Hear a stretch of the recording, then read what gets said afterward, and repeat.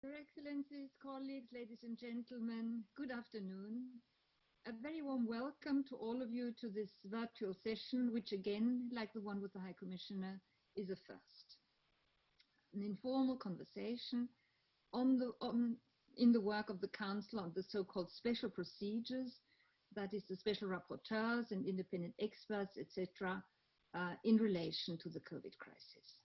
I'm very grateful to all the members of the Coordinating Committee of these special procedures, and in particular to its chairperson, Mrs. Anita Ramasastry, as well as to the former chairman and ex officio member of the Coordinating Committee, Mr. Dainius Puras, for helping us make this session possible.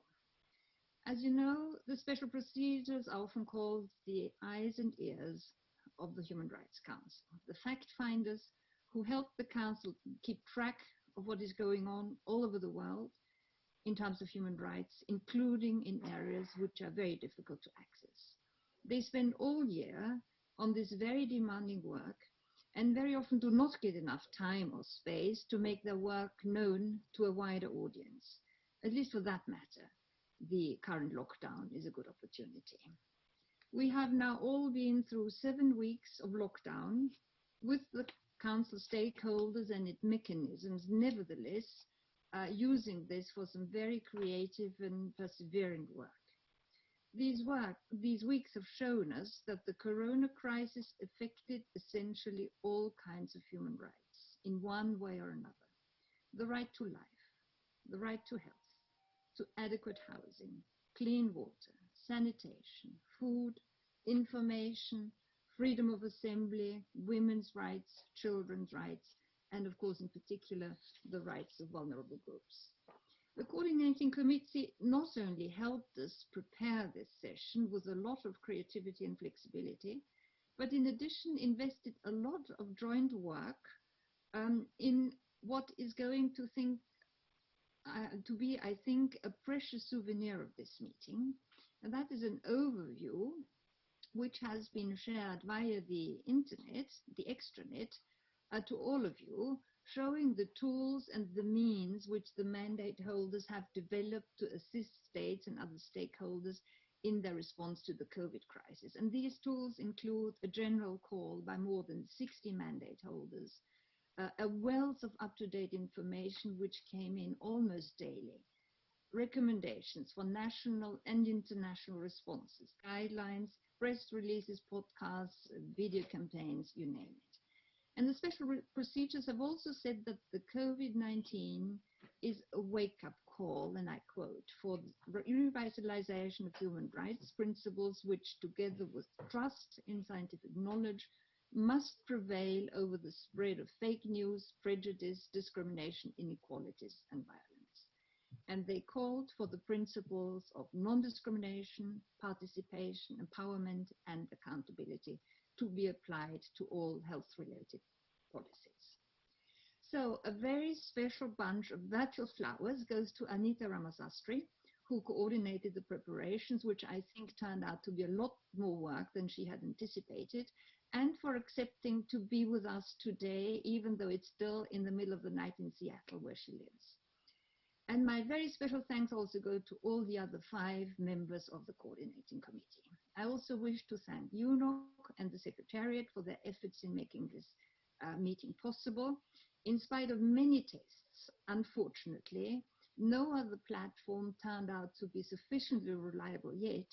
So we're using Zoom exceptionally for this meeting, and we very much regret that the technical difficulties couldn't really be sorted out, so we don't have interpretation today. But I promise that we will do everything possible to sort this out in the very near future. Your Excellencies, dear colleagues, as I have mentioned in the past, I have made a hobby of collecting good human rights stories, because I think that the Council should not only focus on deficits, it should also be aware and share what has been achieved for the benefits of human rights. And as we already saw during our informal event with the High Commission on the 9th of April, the COVID-19 crisis, despite its devastating impact in different parts of the world, has actually triggered a number of uplifting stories of solidarity and bravery. Let me mention a few examples. The crisis showed, for example, that having a safe home can be central to human survival, but not everybody has a safe home. So these last weeks have seen moratoria on evictions due to rental and mortgage arrears. We have seen deferrals of mortgage payments. We've seen extensions of winter moratoria for evictions of informal settlements, youth hostels being repurposed, and even hotel rooms being adapted for homeless people. We have also seen governments improve access to water and sanitation, including to informal settlements, some of them even moratoria for payments. We have seen countries do everything to preserve jobs, provide or extend paid sick leave or unemployment benefits. We've seen states provide childcare for essential service workers, and we have seen special measures to expand the domestic violence responses for victims of abuse. Following statements by the Special Rapporteur on Disabilities, sign language has been included in many of the COVID-19 announcements, and various states have started to release from detention centers in response to the COVID outbreak. We can hope that these developments might be a first start to what the Secretary General invited us all to do, which is to build back a better post-pandemic world. And he also reminded us that human rights can and must guide the COVID-19 response and recovery. With all of this in mind, I would now like to briefly turn to some housekeeping before we start the discussion. And the housekeeping is, the modalities of participation in this meeting will be the same as for the virtual informal discussion we had with the High Commissioner on the 9th of April. So before giving the floor to the mandate holders, we will proceed with the registration for the list of speakers now.